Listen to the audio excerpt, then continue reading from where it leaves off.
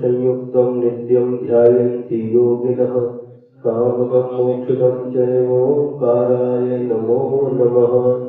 अग्रज शब्द घनोग प्रक्षालित सकल भूतल कलंकाः मुनिर्पाटतीर्था सरस्वती हरितनोदुरकम् अज्ञानतिमिरान्धानां ज्ञानाञ्जनशलाकया चक्षुरुन्मीलितं येन तस्मै श्रीगुरवे नमः।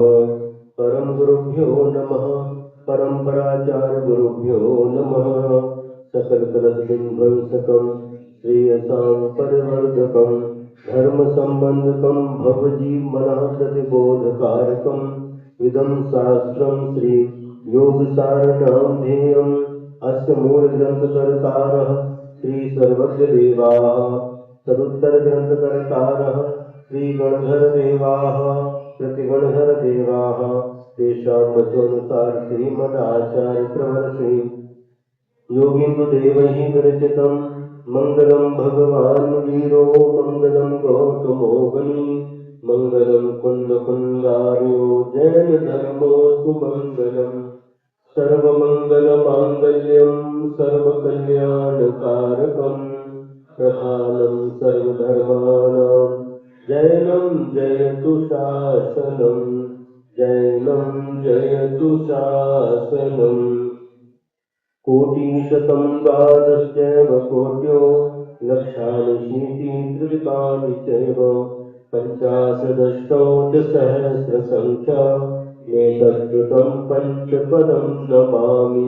अरिहन्तभाष्यर्थं गणहरदेहिं गन्त्यं सम्मं प्रणमामि भक्तियुक्तो सुदनान्मो वयं शिरसा इच्छामि गद्ये सुदवती काउश गोपौदुस्तानित्यं अंगो अंगो पैने पावने परियम्मी सुत परमाणु योग पुबगै चूरिया चेव सुतथै धम्मकायं शनिच्चकालं अंचिनी पूजनी वन्दामि नमस्सामि दुःखो कमखो बोहिलाओ सुगंगमनं समाहि मरणं गुण गुण संपत्ति हो मध्यम। पौर्वाणि स्वाध्याय विनयं पूर्वाचार्यानुक्रमेण सकल कर्मक्षार्थं भाव पूजा वंदना स्तव समेतं श्रीमदाचार्य भक्ति कायं सर्गं करोमि।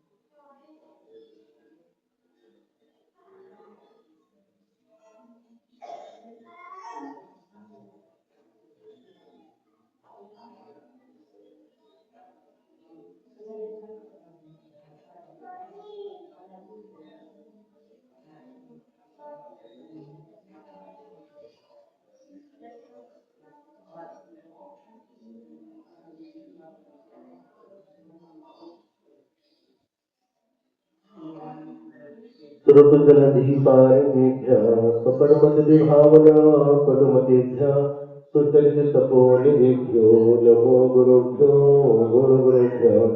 छत्तीसगुणसमग्रे पञ्चमी आचार्यकरणसन्दर्शे शिष्यानुग्रह कुसुमे ब्रह्मैर्येतया वन्दे गुरुभक्तिसंयमेनया तरन्ति संसारसागरं घोरं छिन्नन्ति अर्थकम्बं जम्बर्मरणं न पावयन्ति ये नित्यं व्रतमन्त्रहोमनिरता ध्यानाग्निहोत्राकुलाः षट्कर्माभिरतास्तपोधनधनाः साधुप्रियाः साधवः शीलप्रावरणगुणप्रहरणाः चन्द्रार्कतेजोदिताः मोक्षद्वारकपाटपाटनभटाः क्रीडन्तु मां साधवः।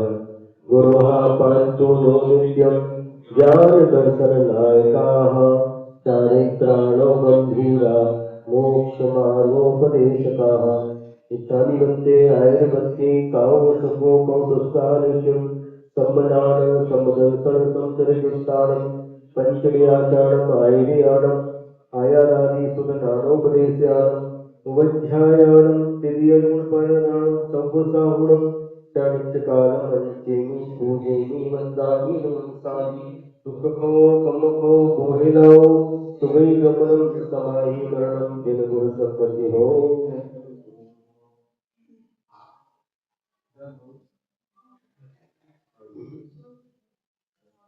जे जाया जान किए कम्ब कलंक कहेरी नित्य निरंजन नानमय ते परमात्मन मेरी ते परमात्मन मेरी।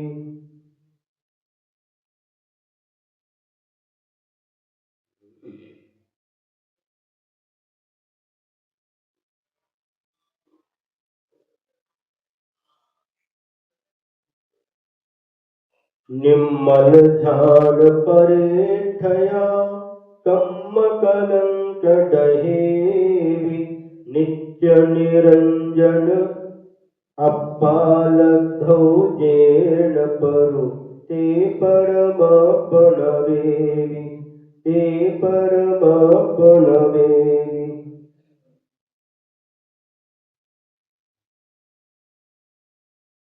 दोहा सूत्र नंबर 91 और 92 दो हुए।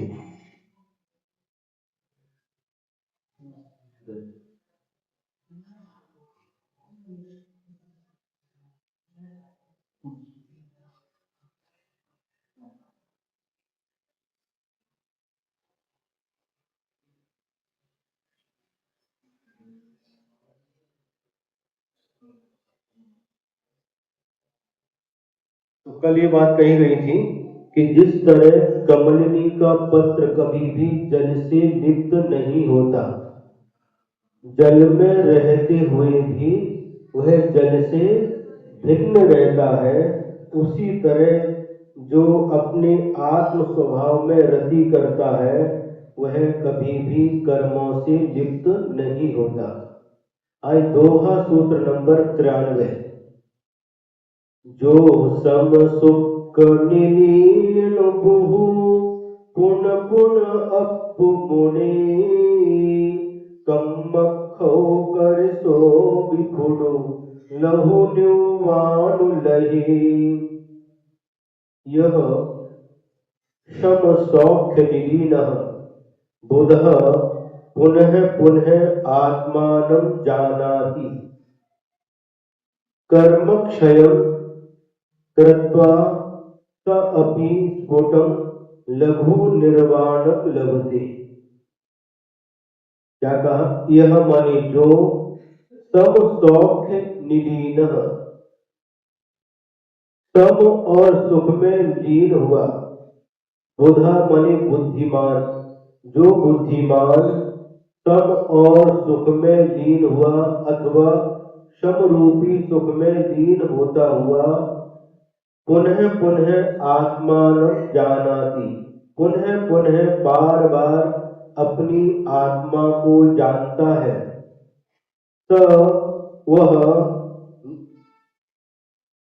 स्फुटम माने निश्चय से कर्म क्षयम कृत्वा, कर्मों का क्षय करके, कर्मों का नाश करके लघु निर्वाणम लभते, वह शीघ्र ही निर्वाण को प्राप्त कर लेता है।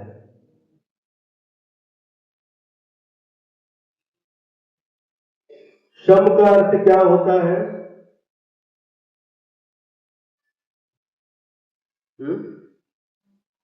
शम प्रशम, कसायों की मंदता, मंदता।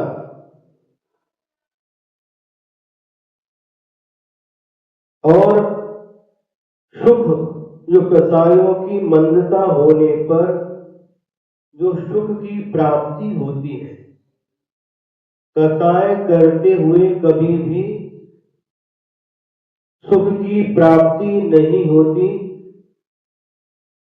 और यदि होती भी है तो वह सुख वास्तव में सुख नहीं होता। मान लीजिए किसी व्यक्ति से कोई गलती हो गई और आपने उसके ऊपर क्रोध किया, गुस्सा कर दिया, उस समय आपको क्या लगा? अच्छा लगा। अच्छा लगा। उसके ऊपर गुस्सा कर दिया क्योंकि उसने गलती की थी, आपको अच्छा लगा। लेकिन यह जो आपको अच्छा लगा ये बहुत क्षणिक है। इसके बाद में जब उसका परिणाम निकलता है तो वह व्यक्ति दुख का ही अनुभव करता है। गुस्से में आकर के कैसे कैसे काम कर देते हैं जिसके बारे में हम कल्पना भी नहीं कर सकते। उस समय तो सुख लगता है, हमने अच्छा किया, उसके ऊपर गुस्सा कर दिया, गुस्सा तो कर दिया, लेकिन इसका परिणाम बहुत दुखदाई होता है।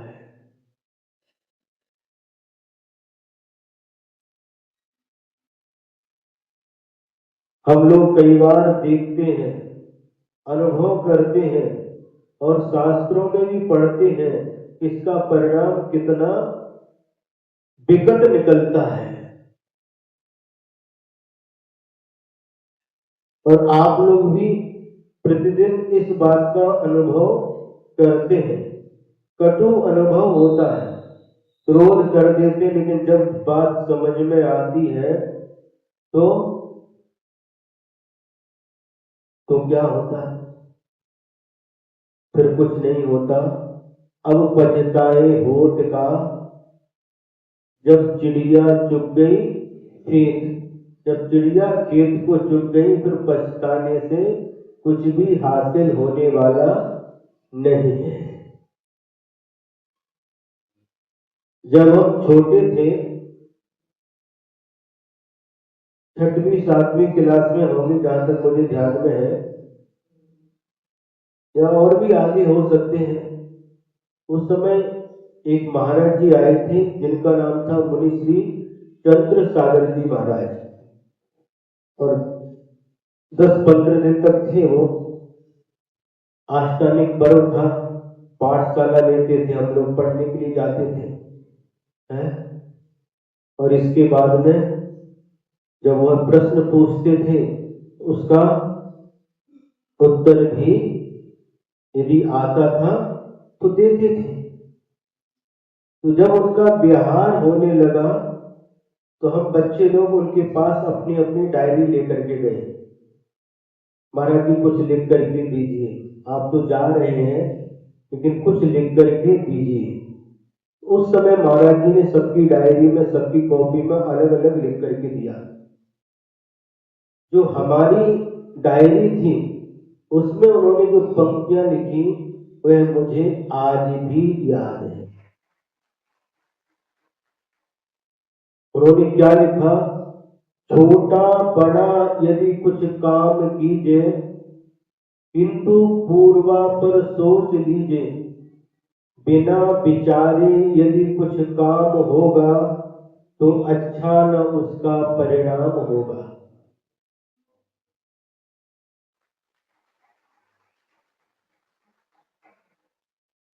कोई भी हम काम करते हैं, चाहे छोटा काम हो या बड़ा काम हो, छोटा बड़ा यदि कुछ काम कीजिए, कोई भी काम करना हो, किंतु पूर्वा पर सोच लीजिए। अब इस काम को करने के पहले इसका परिणाम क्या निकलेगा यह पहले सोच लेना चाहिए। क्योंकि बिना विचारे यदि कुछ काम होगा, बिना सोचे विचारे यदि काम करोगे तो अच्छा न उसका परिणाम होगा, उसका परिणाम कभी भी अच्छा नहीं होता। बुद्धिमान व्यक्ति कार्य करने के पहले उसके परिणाम के बारे में विचार करता है, किंतु जो बुद्धिमान नहीं है वह व्यक्ति काम कर देता है फिर बाद में विचार करता है।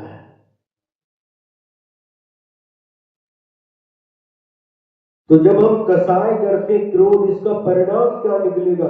कितने भयानक भयानक परिणाम निकलते हैं।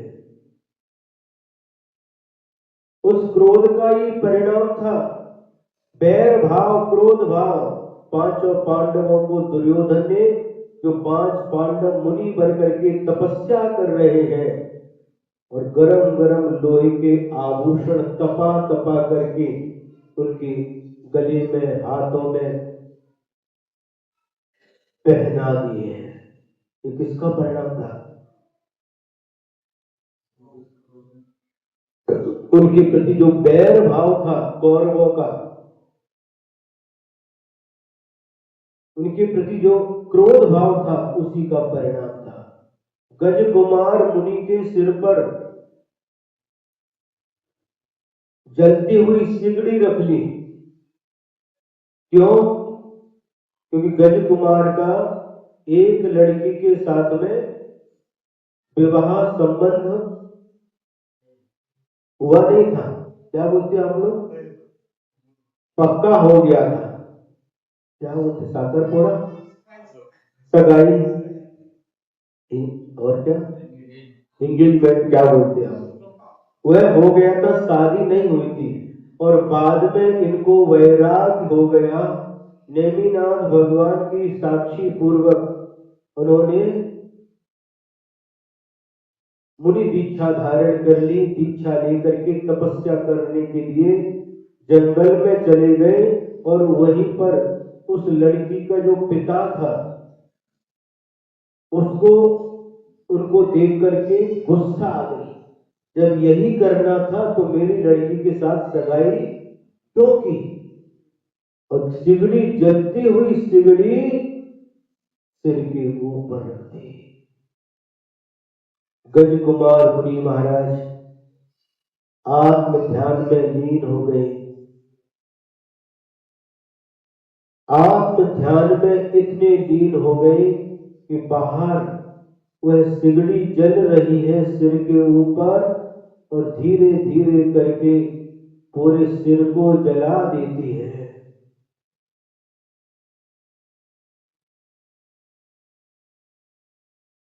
लेकिन गज कुमार मुनि महाराज शुक्ल ध्यान के माध्यम से श्रेणी पर चढ़ते हैं। प्रथम शुक्ल ध्यान के माध्यम से 12वें गुण स्थान में पहुंच करके 4 अघातिया कर्मों का नाश कर देते हैं द्वितीय शुक्ल ध्यान के माध्यम से, और केवल ज्ञान प्राप्त करके सहयोग केवली बन जाते हैं, अरिहंत भगवान बन जाते हैं। और अंतर मुहूर्त में ही, क्योंकि शरीर जल चुका है, सिर जल चुका है, अयोग केवली बनते हैं। और 5 रस अक्षर के उच्चारण में श्रुत केवली को जितना समय लगता है, अथवा इंद्र को जितना समय लगता है, इतने समय में वह अयोग केवली उतने समय तक उस अयोग केवली 14वें गुण स्थान में रह करके सिद्ध भगवान बन जाते हैं। गज कुमार मुनि महाराज तो समता भाव से उस अवसर को सहन करके भगवान बन गए। लेकिन जिसने सिगड़ी रखी थी,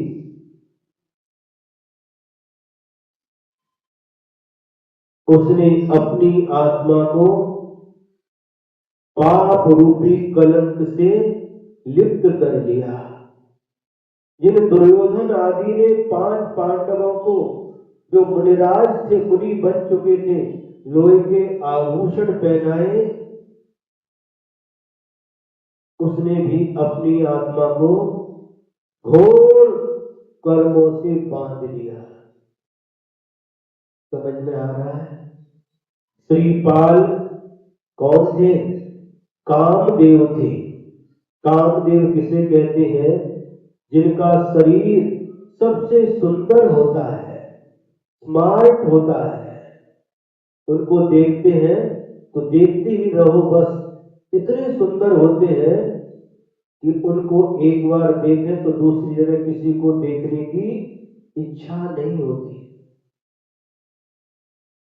पूर्व जीवन में अपने 700 साथियों के साथ, कितने 700 मित्रों के साथ वन विहार के लिए निकले हैं और एक स्थान पर जाकर के देखते हैं एक सरोवर के किनारे एक पेड़ के नीचे एक शिलातल पर एक दिगंबर मुनि महाराज ध्यान में लीन है। कई दिन अथवा महीने होने के कारण से एक ही स्थान पर वह विराजमान है और हवा चलती है और हवा के साथ साथ धूल उड़ करके उन मुनि महाराज के शरीर पर बैठ जाती है। इसके बाद में कुछ पानी की बूंदें गिरती हैं, धूल बैठी है और उसके ऊपर पानी की बूंदें गिरती हैं, जिसके कारण से शरीर पर वह चिट्टे चिट्टे जैसे दिखाई देते हैं। उधर वन विहार करते हुए वह श्रीपाल का जीव अपने 700 साथियों के साथ आता है और देखता है और बोलता, देखो इस सामने कोढ़ी बैठा है। क्या बोला? एक कोढ़ी बैठा है, क्योंकि निशान पानी गिरने से निशान ऐसे बन गए थे और 700 जो मित्र थे उन्होंने भी उसकी अनुमोदना कर दी। समझ रहे हैं? अनुमोदना करती है। उन्होंने कोढ़ी कहा नहीं, किंतु मन से अनुमोदना कर दी। और इतना ही नहीं, उस श्रीपाल ने गुस्सा में आकर के उन मुनि महाराज को उस शिलातल से उठाया और उठा करके सरोवर में फेंक दिया।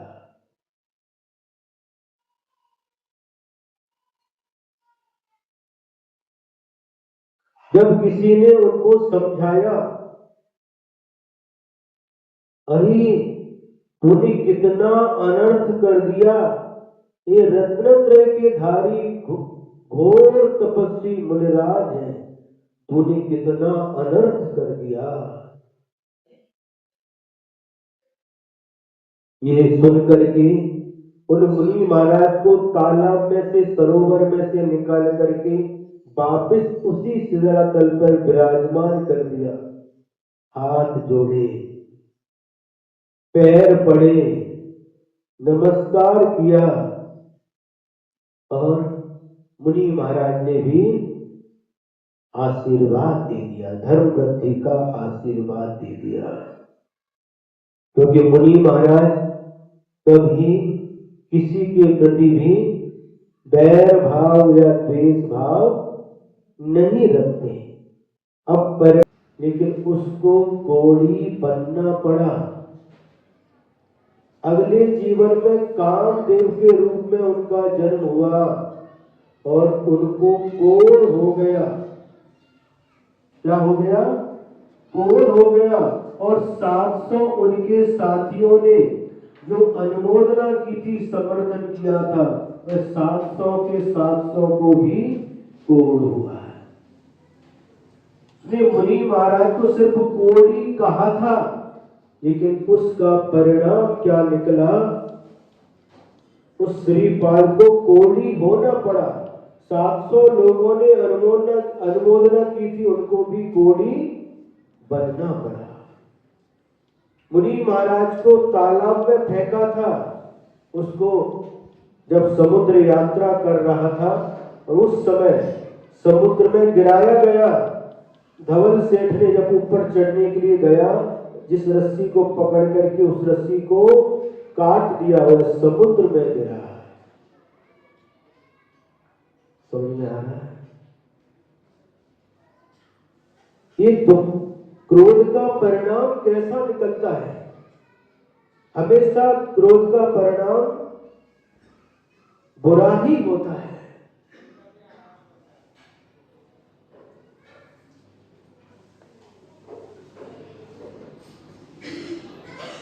क्रोध करते समय हमें विचार नहीं रहता। ऐसी कितनी ही घटनाएं शास्त्रों में लिखी हुई है। राजा शरण्य ने यशोधर मुनि महाराज के गले में मरा हुआ सांप सर्प डाल दिया। आप लोगों ने पढ़ा होगा या सुना होगा। उसी समय सप्तम नरक की आयु का बंद कर दिया, 33 सागर की आयु का बंद कर लिया। बाद में रानी चेलना ने उस उपसर्ग को दूर कर दिया अपने विवेक से, और जब उन्होंने ध्यान से वह बाहर आए, अपनी दोनों आंखें खोली, दोनों नमोस्तु कर रहे हैं। रानी चेलना भी नमोस्तु कर रही है, राजा शरण्य भी नमोस्तु कर रहे हैं। दोनों के लिए हाथ उठा करके समान रूप से आशीर्वाद दे दिया। एक उपसर्ग करने वाला है, दुख देने वाला है, और दूसरा दुख दूर करने वाला है, उपसर्ग दूर करने वाला है। दोनों को समान रूप से आशीर्वाद दे दिया। राजा शरण्य उस समय मन में विचार करते हैं, अरे वास्तव में सच्चे साधु तो यही है, मैं क्या करूं, मैंने घोर अनर्थ कर दिया। पहले 500 शिकारी कुत्ते छोड़े, लेकिन उनकी वीतराग छवि के सामने वे क्रूर कुत्ते भी शांत हो गए। बाद में मरा हुआ सर्प डाल दिया गले में, और ये तो हमारे लिए आशीर्वाद दे रहे हैं, नाराज नहीं हुए, श्राप नहीं दिया, आशीर्वाद दे रहे हैं। क्या करूं, इनके चरणों में अपना सिर काट करके रख दूं तो भी कम है, ऐसा भाव कर रहा है। और वह यशोधर मुनि महाराज मना पर्याय ज्ञान के धारी है। कहते, हे मगधेश, हे राजा शरण्य, तू कैसा विचार कर रहा है, सिर काटने के भाव मत कर, आत्महत्या के भाव मत कर। अरे इन्होंने मेरे मन की बात कैसे जान ली, और अधिक प्रभावित हो गया, अपनी निंदा की, गर्हा की, पश्चाताप किया। लेकिन जो पाप बन चुके थे वे तो बन चुके हैं। अंतिम तीर्थंकर भगवान महावीर स्वामी के समो शरण में गया। वहां पर छायिक सम्यक दर्शन प्राप्त किया। महावीर भगवान, साक्षात महावीर भगवान के चरणों में बैठ करके छायिक सम्यक दर्शन प्राप्त कर लिया। लेकिन जो नरक आयु का बंद किया था, तो नरक में तो जाना ही पड़ेगा, क्योंकि जिस आयु का बंद हो जाता है उसका पुनः परिवर्तन नहीं होता। बस छायिक सम्यक दर्शन के प्रभाव से जो 33 सागर की आयु थी, वह 84,000 वर्ष की आयु तक सीमित हो गई, घट गई।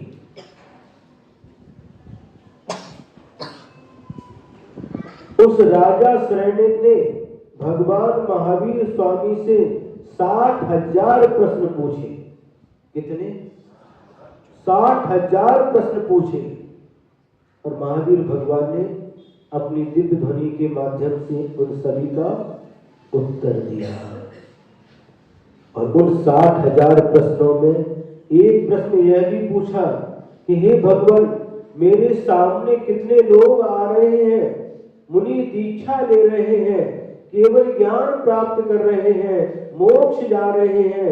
कितने मुनि महाराज मन परे ज्ञान को प्राप्त कर रहे हैं, कितने मुनि महाराज अवधि ज्ञान को प्राप्त कर रहे हैं, कितने मुनि महाराज रिद्धिधारी, रिद्धियों को प्राप्त करके रिद्धिधारी हो रहे हैं। यह सब दृश्य देखते हुए भी कितनी महिलाएं आर्यकाएं बन रही हैं, श्रावक श्रावकाएं व्रती बन रहे हैं। लेकिन हे भगवान, यह सब देखते हुए भी मेरे मन में मुनि दीक्षा के भाव क्यों नहीं आ रहे हैं, महाव्रतों को धारण करने के भाव क्यों उत्पन्न नहीं हो रहे। अणुव्रतों को धारण करने के भाव क्यों उत्पन्न नहीं हो रहे? भगवान महावीर स्वामी ने कहा कि हे राजन, जो व्यक्ति देव आयु को छोड़ करके, ध्यान से सुनना, ये सिद्धांत की बात है। भगवान महावीर स्वामी ने कहा कि जो जीव देव आयु को छोड़ करके तीन आयु में से, तीन आयु कौन सी? मनुष्य आयु, त्रियंच आयु और नरक आयु, इन तीन आयु में से किसी भी एक आयु का बंध कर लेता है, ऐसे जीव को फिर कभी मुनि दीक्षा के भाव नहीं होते, आर्यका बनने के भाव नहीं होते, प्रतिमा धारण करने के भाव नहीं होते।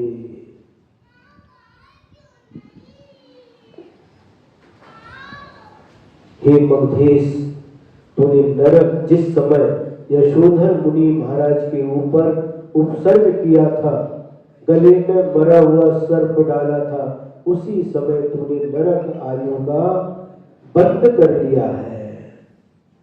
और इसीलिए ये सब देखते हुए भी तेरे भाव मुनि दीक्षा के नहीं हो रहे हैं और न ही अणुव्रती बनने के हो रहे हैं।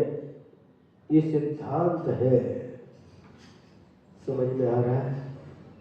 उसका परिणाम क्या निकला? क्रोध का परिणाम क्या निकला? मुनि महाराज के ऊपर उपसर्ग किया और नरक आयु का बंद कर दिया। क्रोध का ये परिणाम है।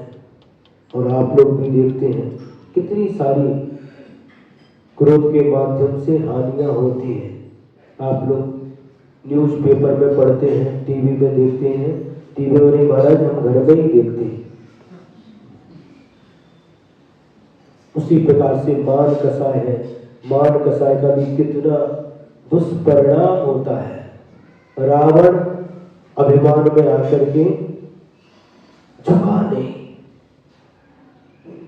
राम चाहते थे कि ये हमारी सीता को वापस कर दे, राम युद्ध नहीं चाहते थे, लेकिन रावण का अभिमान उसको झुकने नहीं दिया। क्या परिणाम निकला? नरक में गया। मायाचारी का भी परिणाम और क्या होता है? कल बताया था, तिरंच आयु का बंध होता है मायाचारी छल कपट करने से, और लोभ पाप का बाप कहा गया है। इन चारों कसाय है और इन चारों कसाय की मंदता से जो सुख की अनुभूति होती है वह सुख अद्भुत होता है, अलौकिक होता है। कसाय करने से जो सुख की अनुभूति होती है वह क्षणिक होती है, लेकिन परिणाम में दुखदायी है। और कसायों की उपशम प्रशम है, इन भावों के माध्यम से। आपने प्रश्न पूछा था सरकोली वाले भैया, है तो इनकी जो मंदता के माध्यम से जो सुख की प्राप्ति होती है और वह ऐसे सब भाव में सुख में, ऐसे सुख में लीन होता हुआ बार बार अपनी आत्मा को जानता है। आप लोग क्या जानते हैं? महाराज आत्मा को छोड़ करके सब कुछ जानते हैं। अपने आप को छोड़ करके सबको जानते हैं। पत्थर अहम का रखा जो कभी गलता नहीं, सब दिए जलते हैं किंतु मन का दिया जलता नहीं। धर्म की खोज में खोजते ढल जाती है शाम, सबका पता मिलता है खुद का पता मिलता नहीं।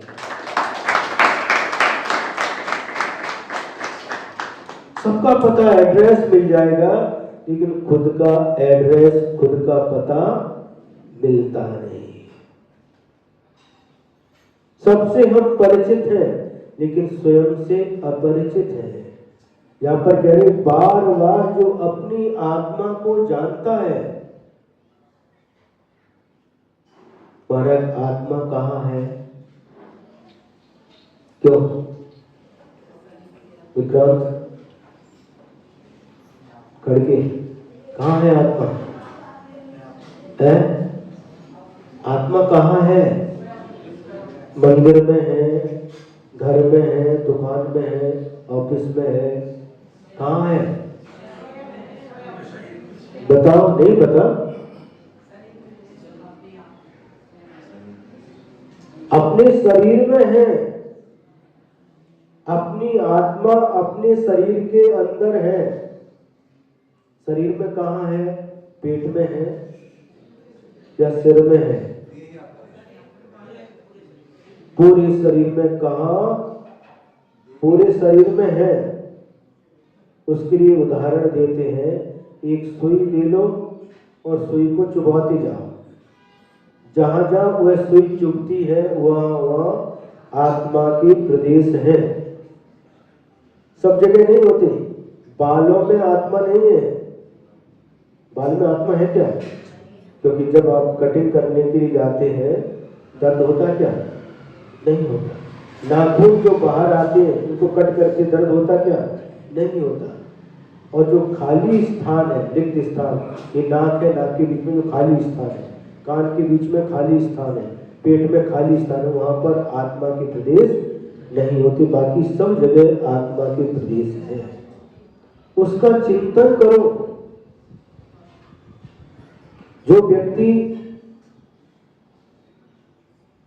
क्षण भर पहले देख रहा था, सुन रहा था, बोल रहा था, चल फिर रहा था, और आत्मा के निकलते ही वह निष्क्रिय हो जाता है। कोई भी शरीर में चेष्टा नहीं होती, न चलता फिरता है, न देखता है, न सुनता है, न बोलता है। क्या हो गया? कौन देखता है, कौन बोलता है, कौन सुनता है और कौन चलता फिरता है? क्यों? वॉकिंग के लिए जाते हैं ना, वॉकिंग करते हैं, कौन चलता है? हम चलते हैं महाराज। कौन चलता है? हम चलते किससे चलते हैं? पैरों से चलते हैं। कौन देखता है? बोलो, आंखें देखती हैं। कौन बोलता है? मुख बोलता है। कौन सुनता है? कान सुनते हैं। बराबर है कि नहीं? बोलो, अरे बोलो, बराबर है। बराबर है ना? जोर से बोलो, बराबर है ना? बराबर है ना? बराबर नहीं है। यदि आंखें देखती तो प्राण निकलने के बाद, आत्मा निकलने के बाद भी आत्मा देखना चाहिए था। यदि कान सुनते तो मरण होने के बाद भी कान में जोर से आवाज लगाओ। कान सुनना चाहिए था। आवाज समझ में आ रहा? मुख बोलना चाहिए था, लेकिन कुछ भी नहीं होता। आंखें खुली हैं फिर भी देख नहीं रही है, क्योंकि देखने वाला था वह चला गया। समझ में आ रहा है? कौन देखता है? आत्मा देखती है। किससे देखती है? आंखों से देखती है। कौन सुनता है? आत्मा सुनती है। किसके माध्यम से सुनती है? कानों के माध्यम से सुनती है। कौन बोलता है? आत्मा बोलती है। किसके माध्यम से बोलती है? मुख के माध्यम से बोलती है। कौन चलता है?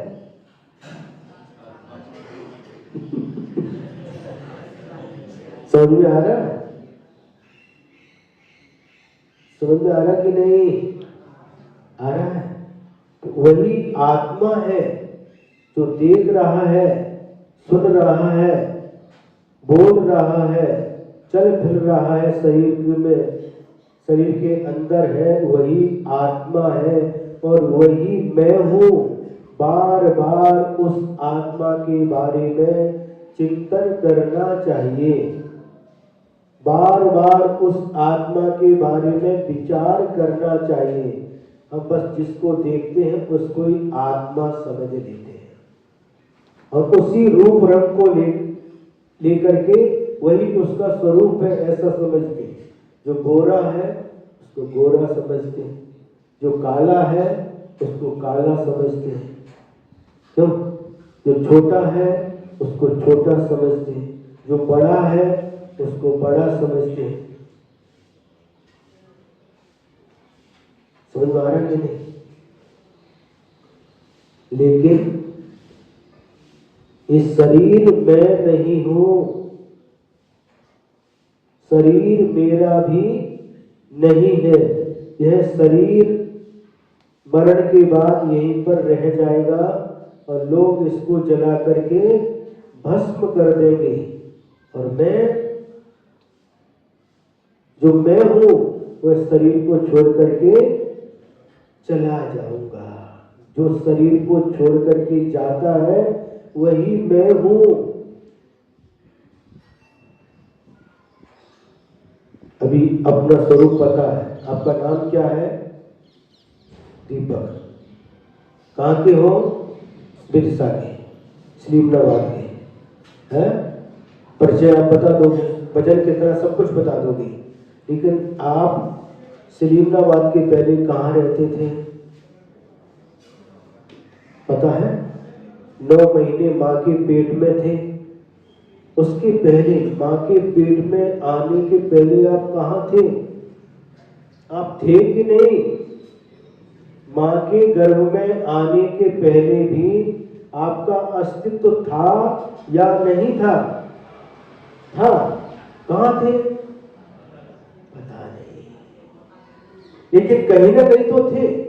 4 गतियां हैं ना, किसी गति में होंगे, या तो नरक में होंगे, या देव होंगे, या तेज पशु पक्षी कीड़ा मकोड़ा होंगे, और नहीं तो मनुष्य होंगे। इसके अलावा 5वीं गति तो है नहीं। 5वीं गति तो सिद्धालय है।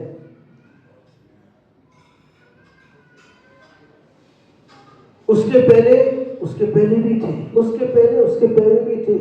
कहां से शुरुआत हुई है? इसकी कोई भी शुरुआत नहीं है। और मरण होने के बाद भी आपका अस्तित्व मिटने वाला नहीं है। ये शरीर छूटेगा, जिस आयु का बंद किया है वहां पर जाकर के दूसरा शरीर धारण करेगा। यही क्रम अनादिकाल से चल रहा है और अनंत काल तक चलता रहेगा। और जब इन कर्मों के कारण से गति में हम फिरते आए हैं, जब ये कर्म समाप्त कर देंगे तो हमें पंचम गति मोक्ष की प्राप्ति हो जाएगी। तो बार बार आत्मा को जानता है, अपने भावों को, सम भावों को करता हुआ, अपने आत्मिक सुख में लीन होता हुआ, अपनी आत्मा को जो बार बार जानता है वह निश्चय से कर्मों का नाश करके निर्वाण को प्राप्त कर लेता है। निर्वाण का मतलब क्या है? मोक्ष। मोक्ष चाहिए कि नहीं? क्यों? बोलो पूना वालों, चाहिए? चाहिए कि नहीं? चाहिए तो पूना छोड़ना पड़ेगा।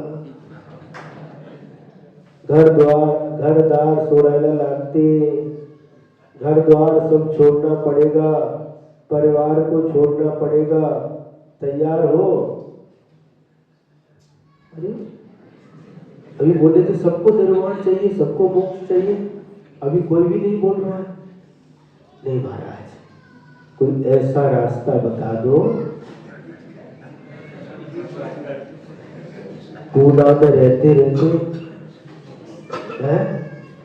अपने फ्लैट में रहते हमें मोक्ष मिल जाए। कल पड़गान करके ले गए, पड़गान हो गया, पठारी मध्य प्रदेश के थे और लेकर के गए। 1 मंजिल 2 मंजिल 3 मंजिल करते करते 11वीं मंजिल पर लेकर के गए।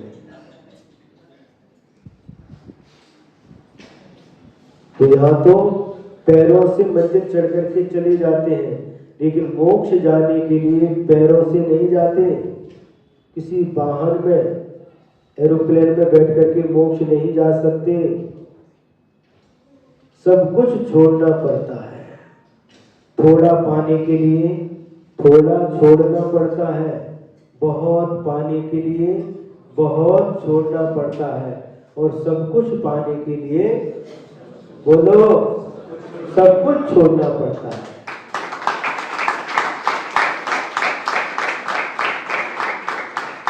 ताली किस लिए बजाई?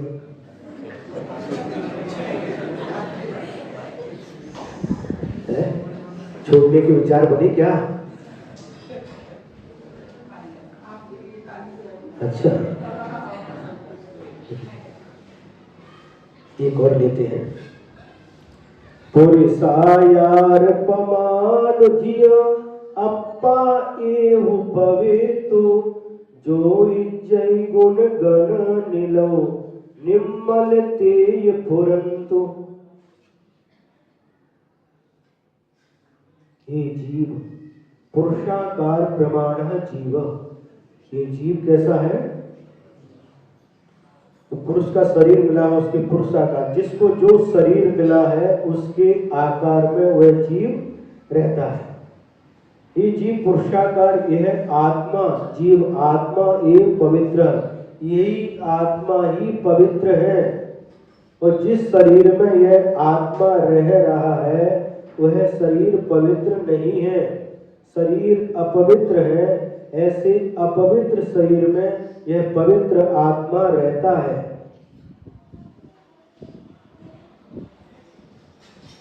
शरीर पवित्र है या अपवित्र है? अपवित्र है। फिर आप स्नान करने के बाद शरीर पवित्र होता है या अपवित्र रहता है? तो स्नान क्यों करते हो? जब स्नान करने के बाद भी शरीर अपवित्र रहता है तो स्नान करने की क्या आवश्यकता है?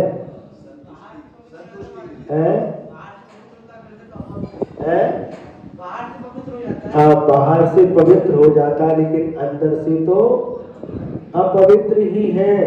जब किसी का मरण हो जाता है और उसका यदि पोस्टमार्टम किया जाए, शरीर में जितने भी पदार्थ हैं सबको अलग अलग निकाल करके रख दिया जाए। चमड़ी अलग, मांस अलग, हड्डी अलग, खून अलग, जो भी है, नस, आंतड़ी वगैरह सब अलग अलग निकाल करके रख दिया जाए। फिर उसको देखो कौन सी वस्तु इसमें पवित्र है। कोई है? पोस्टमार्टम करने के बाद सबको अलग अलग निकाल के रखो, देखो कौन सी वस्तु पवित्र है। कोई भी पवित्र नहीं है।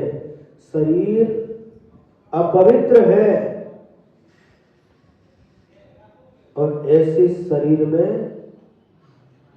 पवित्र आत्मा रहता है। शरीर भी पवित्र बन जाता है और पवित्र होता है।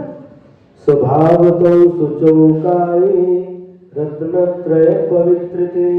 रत्नत्रय जो धारण कर लेते हैं उनका शरीर भी पवित्र हो जाता है। आप स्नान करने के बाद पवित्र होते हैं।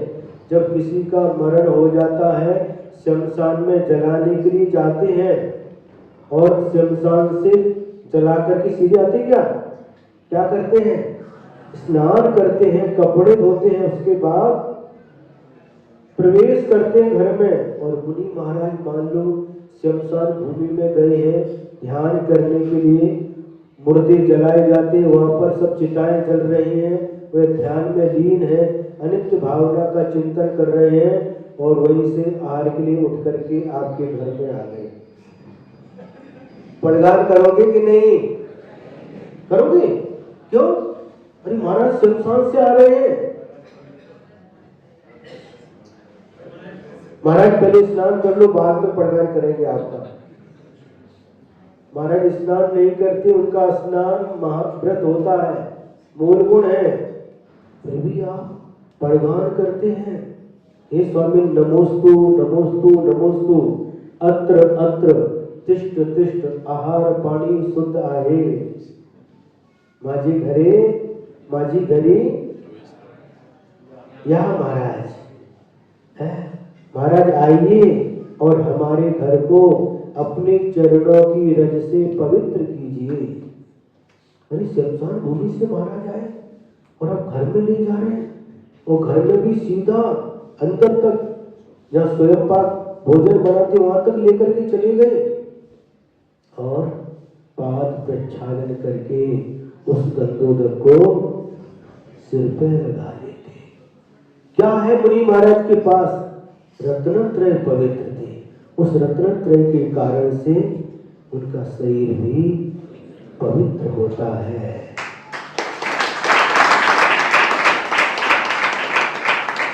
लेकिन स्वभाव से देखा जाए तो अपवित्र ही है।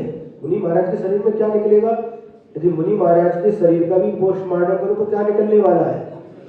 जो आपके शरीर में वो मुनि महाराज के शरीर में है, लेकिन रत्नत्रय के माध्यम से वह अपवित्र शरीर भी पूज्य हो जाता है और अपात प्रक्षालन करके उस क्या बोलते हैं चरणोदक को सिर पे लगाते हैं, माथे पर लगाते हैं। आज मैं धन्य हो गया, आज मेरा घर पवित्र हो गया। आज मुनि महाराज हमारे घर में पधारे, रत्नत्रय के धारी मुनिराज हमारे घर में पधारे हैं। आज मेरा अहो भाग्य है, सौभाग्य है, परम भाग्य है। आनंदित होते कि नहीं? खुश होते कि नहीं? बोलो, थोड़ा बोला करो। आप लोग जब बोलना नहीं होता तब बोलते हैं, जब बोलने के लिए कहते तो मौन रहते हैं। क्यों?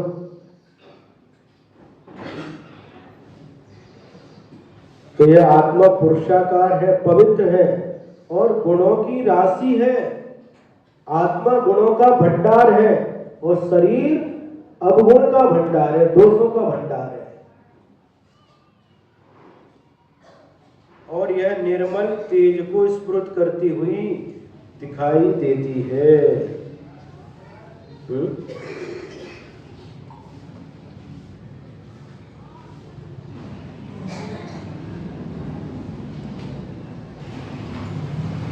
समय आपका हो गया है, रविवार भी है। सुनने में आपको समझ में आता कि नहीं? लोग स्वाध्याय से डरते, महाराज स्वाध्याय के शास्त्र कैसे पढ़े? इसमें कठिन लग रहा है आपको? कैसा लग रहा है? क्यों भैया, कोतमा वाले भैया, सरल लग रहा है कठिन? जब कोतमा में आए थे तो 7वीं 8वीं क्लास में थे। 2009 में पंच कल्याण के लिए आचार्य ने भेजा था 5 महाराज को। उस समय ये भैया, क्या नाम है, अंकित भैया, बहुत छोटा था, 7वीं में 8वीं क्लास में थे। उनको हम तो भूल गए थे, उन्होंने कल याद दिलाया। सरल है या कठिन है? सरल है। इसलिए स्वाध्याय में रुचि जागृत कीजिए। स्वाध्याय करने से बहुत आनंद मिलता है। हमारा वास्तव में क्या है, मैं कौन हूं और मेरा क्या है, इसका ज्ञान शास्त्र स्वाध्याय के माध्यम से ही मिलता है। और शास्त्र स्वाध्याय के बिना जो मैं नहीं हूं, इस शरीर उसको ही मैं समझता हूं।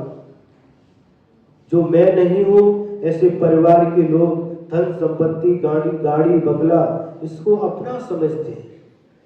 स्वाध्याय के अभाव में, इसलिए वास्तविक ज्ञान प्राप्त करने के लिए स्वाध्याय बहुत आवश्यक है। इसलिए स्वाध्याय को परम तप कहा है। स्वाध्याय परम तपः। समय हो गया। यदर्थ मात्रा पदवाक्यहीनम् मया प्रमादात् यदि किंचनोक्तम् तन्मे क्षमित्वा विदधातु देवी सरस्वती के मन बोधि लब्धि बोधि समाधि परिणाम शुद्धि स्वात्मोपलब्धि शिव सौख्य सिद्धि चिंतामणि चिंतित वस्तुदाने त्वां वन्द्यमानस्य ममास्तु देवी त्वां वन्द्यमानस्य ममास्तु देवी। द्वादशां जिनवाणी माता की जय। मूल नायक देवादेव श्री शांतिनाथ भगवान की जय। परम उपकारी परम पूज्य आचार्य गुरुवर श्री विद्यासागर जी महाराज की जय। परम पूज्य श्री विद्यासागर जी महाराज